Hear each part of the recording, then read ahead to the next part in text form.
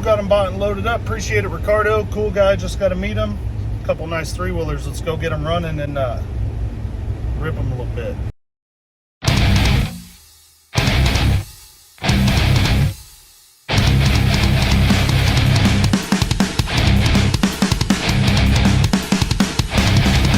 Freaking 185S. Look at that in there.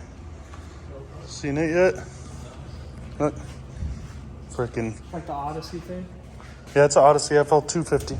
But look, they put a 440 electric start motor on it. Here, guys, I'm going to show y'all how to unload. Guys, I'm going to show you how to load and unload your 4-wheeler, 3-wheeler by yourself easily. I get a lot of people telling me, oh, I can't do it. I can't load it. Hopefully this will have a valve on it. All you do, put her in gear, lock the back brake, check it. Stand it up on its butt, walk behind it, push it over to the truck, set it down, pick up the rear end, put it in the truck.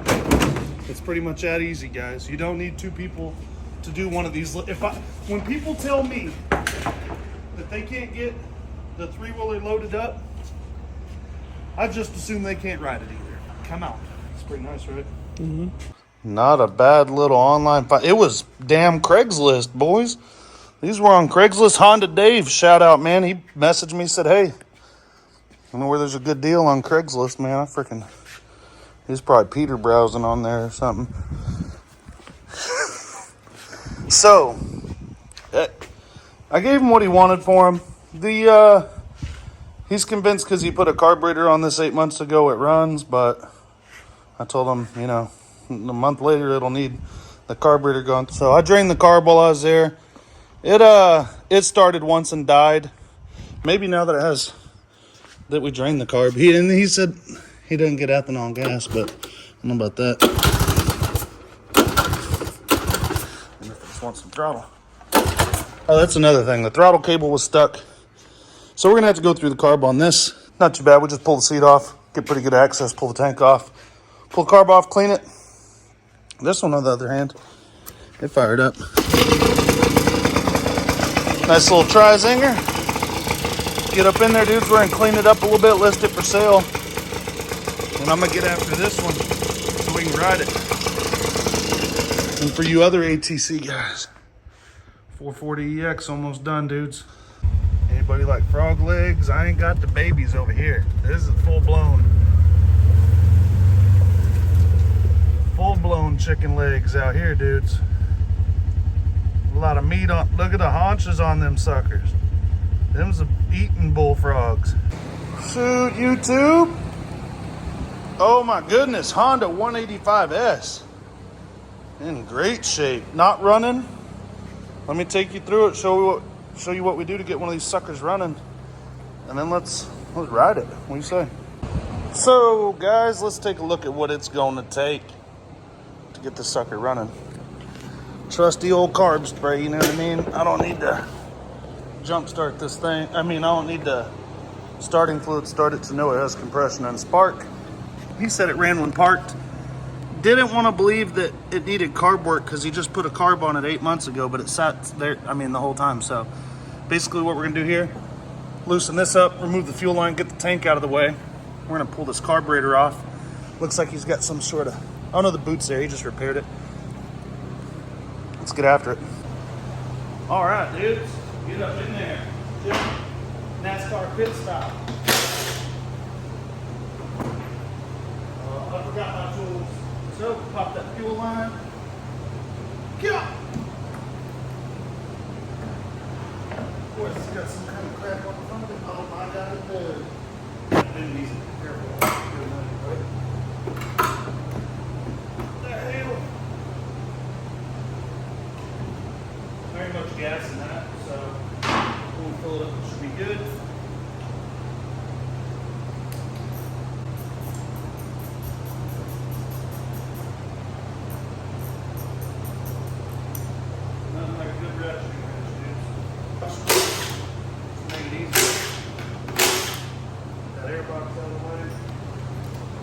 I've always loved 3-wheelers. I've never shied away from buying them. That took 2 minutes and 45 seconds from start to finish to get this carburetor off. It'll take about 10 minutes to clean it, 5 minutes put back on, and then we're riding, dudes. And I'll show you how to store this thing to where it won't have a dirty carb. Let's go get it on the bench. Cool story, guys. I grew up, some friends of our family had a bunch of Honda three-wheelers. I know 250SXs, 200SX quad, 350Xs. I never rode those, but I used to ride the 250SX as a kid, 110 ATC. So I moved to Texas, never owned a three-wheeler, never bought a machine engine not running and attempted to get it running. So I sell my truck and I'm like, oh, you know what? I've been having fun with some ATVs. I'd bought a couple ATVs and flipped them that were running, and I thought, oh man, there's these 2 three-wheelers online for $300. And it says they run and ride, just need the carb cleaned. Well, I didn't know what the hell he's talking about. So I got there and they wouldn't start. And I'm like, you know, knowing what I know now, we would have been on the same page. I'd have felt the compression, checked the spark, been like, you know what, it's going to run within reason. I do believe it's going to run. The man, he was from Frisco, Texas. He had a Fat Cat. I think he had a Pilot or a FL350 all in his garage in there. Man, if you remember me and you happen to be watching, comment, because I still want to buy that Fat Cat in Odyssey. But point is this, he took the time to show me how to clean one of these carburetors. He blew my mind. He literally took the carburetor off in 5 minutes, just like we just did, cleaned it right there in front of me, showed me every piece on the inside. Once I had seen him do it, put it back together and the machine start, I was ready to do it myself, guys. I was over, you know, that's easy. That's easy. And he showed me how to do it, and I appreciate it. And I've been there longer and not made a deal because people are straight bullshitting me the whole time. This guy actually taught me something and made a big difference. Now when I see these, oh boy, you gotta be kidding me. You got a three-wheeler, needs a carburetor cleaned. Well, that may or may not be true, but I'll know the truth as soon as I get there. And if that's all she needs, then hell yeah, I'm in. We've done this before, but for the same reason, I want to give you the full experience, show you what this old boy showed me. So, you don't have to pull these lines off, I like to. Always good to have a spot. He cleaned his carburetor on a daggum patio table, and you can. But I've cleaned enough to know that, you know, using a drill on here, guys, see that dirty gas? Everybody worries that you're going to strip them out. Look, use it like a screwdriver first. Put it in there, turn it. Put it in there, bust it loose, then drill it. You don't have to go and strip it right out immediately. A lot of gas in there, like the float stuck even. There's a whole lot of gas. I thought I dumped this sucker. Take these bowl screws out, set them aside, get you some pliers, support the back side so you don't knock this bowl smooth off. Hold it back here. Give her a couple taps. There's a gasket that needs to let go. Don't get carb spray on that. Carb's pretty clean on the inside. Let's dry it out so that gasket doesn't swell up. I'd suggest wearing goggles and gloves, eye protection and gloves. Went ahead and blew this out. It's actually really clean. I assume we just have a couple dirty jets. He might have cleaned this, because he kept on telling me it just needed a spark plug. We could be dealing with the fuel flow issue too. So dry this gasket off as soon as you're done so that it doesn't stretch up or come out of your groove in here. It'll start warping on you. Don't get carb spray on that. Not too many parts to these carburetors, guys. Not many parts at all to these carburetors. A little pick. This float pin just sits in here like this and holds the float and the needle assembly together. Here's a representation of what's happening. When your carb leaks, it's because this needle or this float is stuck or at the wrong level. So it'll get stuck here, which tells it to let fuel in, and fuel will just keep coming in, but it's not floating up because this is so gummed up and stuck. So if you ever have a carb that's leaking and you've heard of people saying tap on the side of it, it's to shake to break this free. You can also take some compressed air, blow it in your, hey, you gotta watch out for that. The nipple of this carburetor, because it's cheap, came out with the fuel line. You gotta watch out for that. Put a little RVT on that. Push the pin out. Pull it out here. Don't lose it. Pull your float and your needle out. I like to pull these off first so when I'm taking these jets off, I don't have to worry about damaging the plastic float. You can see the needle just hangs from the float. This is your fuel delivery to the carburetor and to the bowl. The jets are the fuel delivery to your intake and then into your engine. But they can't do it if you're not getting proper fuel. And pliers, this is your main jet, it's dirty. There's a hole that goes all the way through it, which right now I can see through, but maybe y'all can't. And then there's holes all down the side. They all gotta be clear. Compressed air is a good start. Carb spray, plug one end, whichever end you can't, okay? Plug that end, and you'll be able to see how these jet streams should look.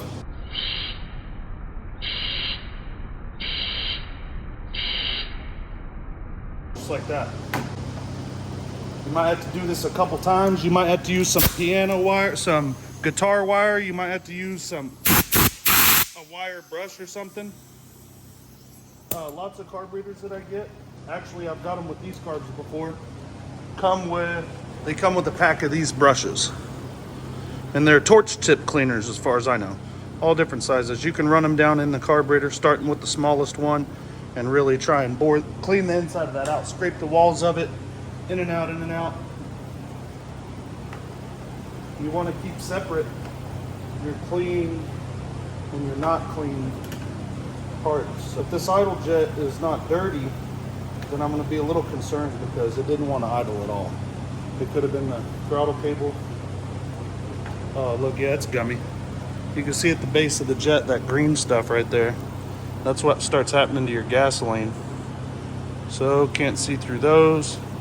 All those are clogged. And the main hole there is clogged. There's also numbers on these jets. So when you hear people talking about jetting a carburetor, they're referring to switching they're referring to switching out the jets to provide the intake with more fuel. So I'm gonna start moving clean stuff over here in a second. Okay, that blew out at least. That's good. I've fought these things for hours before. This one already blew out. It's almost like somebody put two-stroke gas in it.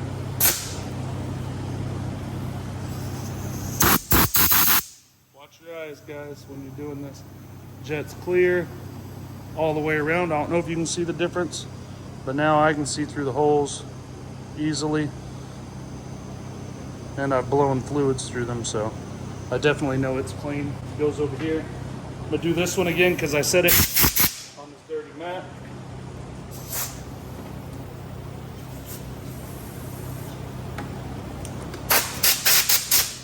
There's an adjustment on this float, and it's this tab right here. You can bend it up or down in order for it to open or close more, let the fuel level be higher, etc.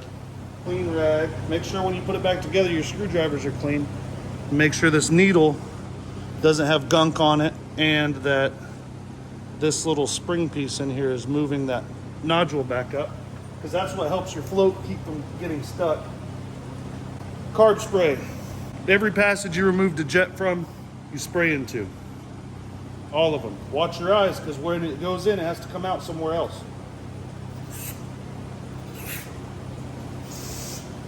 And here.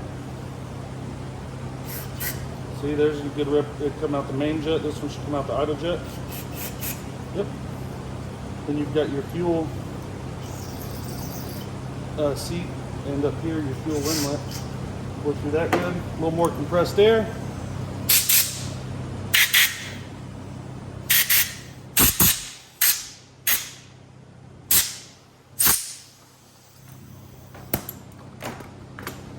Very much to reassembling one of these. See here.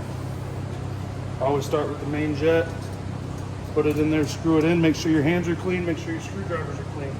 If you take a dirty screwdriver with the dirty tip that you removed it with and you put it right there on the jet, it's going to pack that jet full of stuff again. And you're going to be re-cleaning this carburetor. So I'm going to screw this in. This is your air fuel screw. I'm going to see where it's set. So we're going to count half turn, 1, half, 2, half. Okay, that's about right. So half, 1, half, 2. I'm going to go 2 1/4. That needs to be sometimes cleaned out, but it's the adjustment on this tube going to here for the amount of air and fuel. So that idle jet's a little bit adjustable. You take the float needle and you hang it from the float Then you pop that into the seat. Just take your float pin, start it here. I guess sometimes they only go in one way. You're gonna run it all the way through, like that.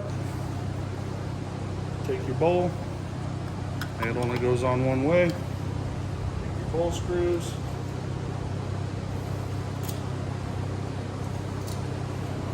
Screwdriver on low.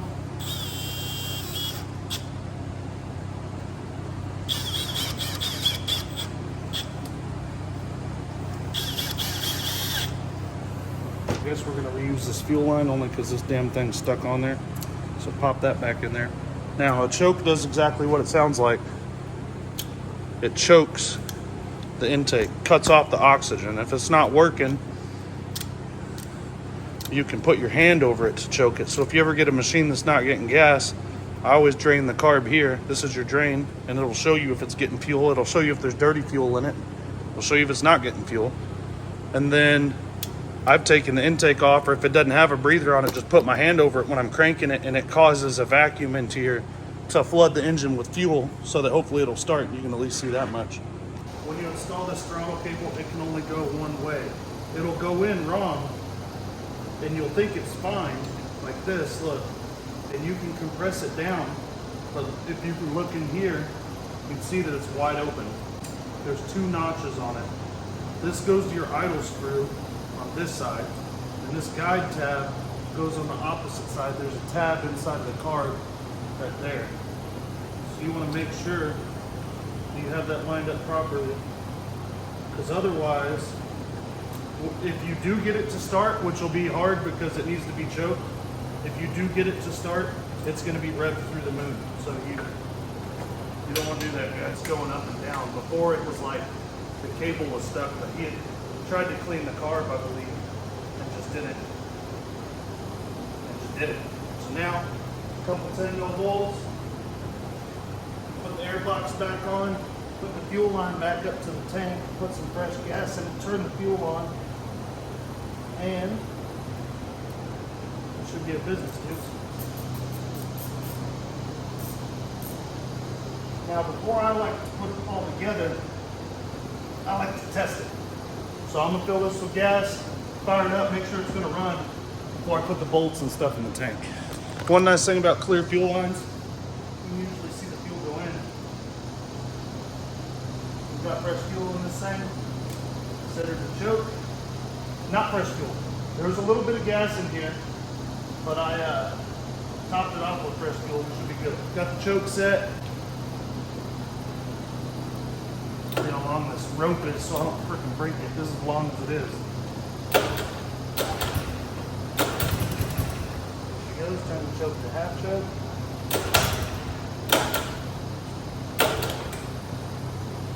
Try no choke. Try full choke.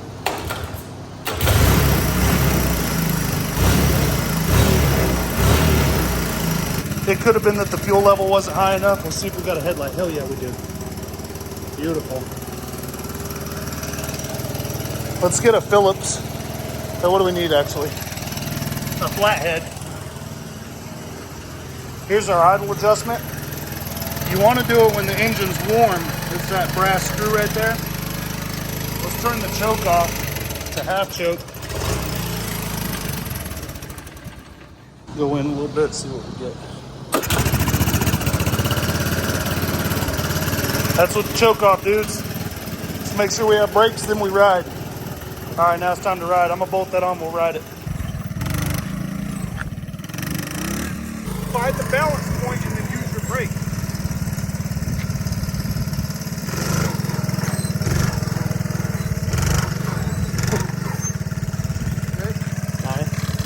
All right.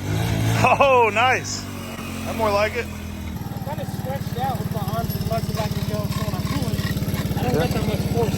But you're not really trying to pull it. The throttle is pulling it out from under you. The throttle's what does it. You shouldn't have to yank it off. Here, let's try this. Is that neutral? Too heavy. Is that neutral? No, go up one more. Barely any throttle. Be ready to hit your brake. Nice job. stop and do that again, because what you want to do is find the spot where it comes up and balances, and you want to hit the brake. If you pop it like that and brake and set it down, pop it, brake, set it down, you're going to start getting the feel for it. Brake. Good job, buddy. That's exactly what you got to do. So now a little less throttle, right? Did you go up? There you go.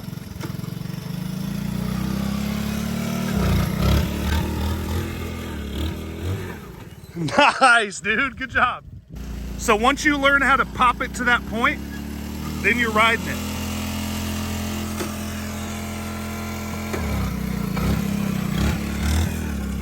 Nice. You want the RPMs as low as you can, so if you ever have to pick it back up, you can accelerate. The only way to pick it up is to accelerate. If you're maxed out in the gear, it'll just go and fall down.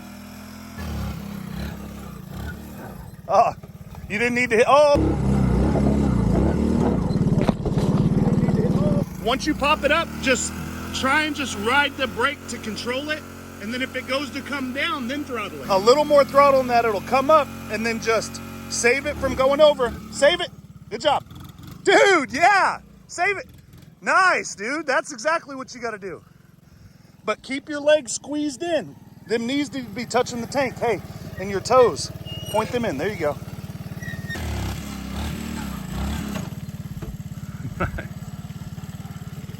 Cover that brake. Toes in. There you go. Wait. All right.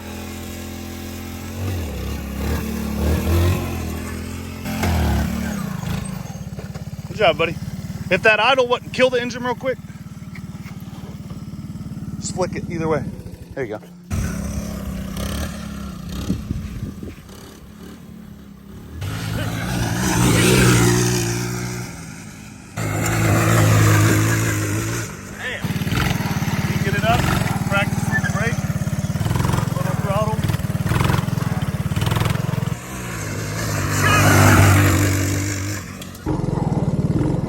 Get it up, practice with the brake, little throttle,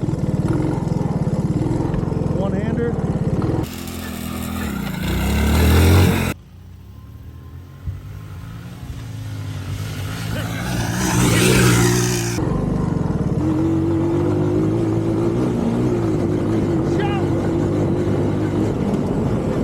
Big rock, high idle in the Valley of the Rocks is pretty fun. Nice little uphill, sketchy one.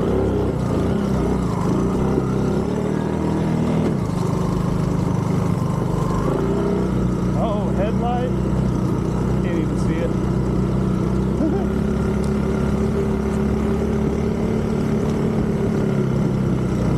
Still need to turn that idle down some. Maybe even adjust that air fuel screw some more.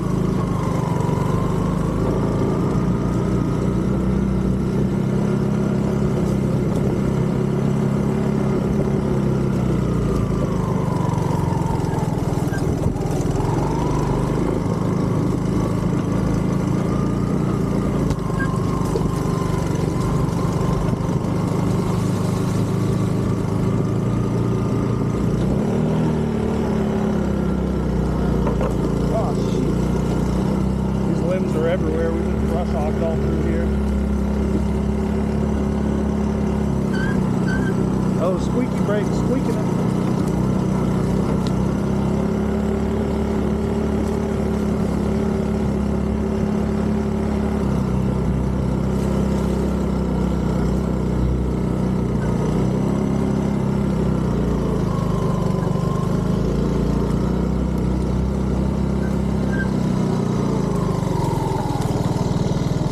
City over here, dude.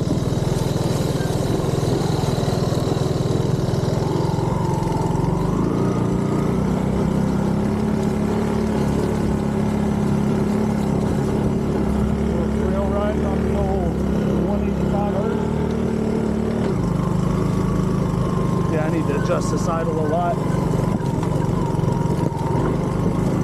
It does have some good pickup skill, guys. Like second gear, she'll power really right up.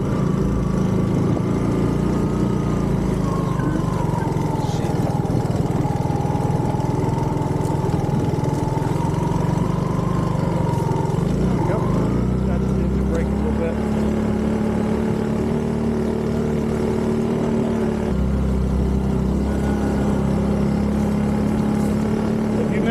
ridden an old Honda three-wheeler, semi-auto just means that you shift it with your foot, but you don't have to pull a clutch.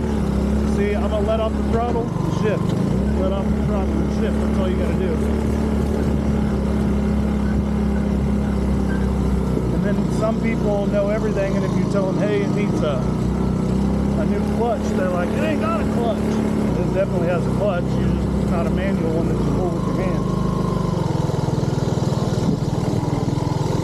Yeah, sweet. Oh, a little yump.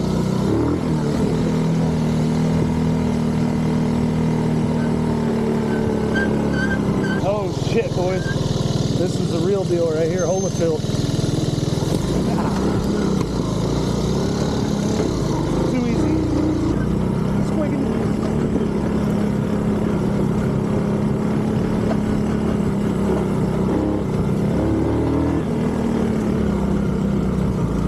It's kind of nice as cruise control. That's why I say you want to wait until your engine is warm to idle it up. People, they want the thing to idle right away when it's cold. It ain't even supposed to. That's what the choke's for, guys. I mean, it's not even supposed to do that. Dang, 47.5 miles an hour, and I let off. It probably would have done 50 down that hill. Guys, if you know what to look for, it usually is that easy to get them running. It took me less than 30 minutes, and that's what's setting up to record, chatting with y'all, and etc. Not even staying 100% focused. If you can look at the machine, and it ain't beat to hell, chances are that old Honda power plant is going to be just fine. There might be a couple little things you have to do here and there. Adjust the clutch, adjust the valves. Look at that moon, dudes.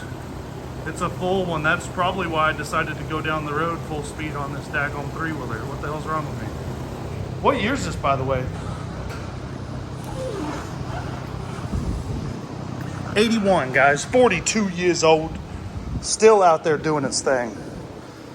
42 years old, ripping daggum 50 miles an hour. I'm 280 pounds, guys. This is to decompress the motor to start it if you're a little la-la.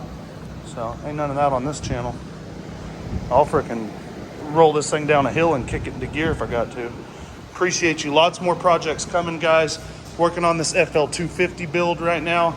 Getting it right. It's got a 440 E-Start motor. Check out the 350X build. It's all finished and put up on the channel. We appreciate y'all. Share these videos to your friends, guys. We want to get you more of them. Give us a like, give us a subscribe, and share them, buddies.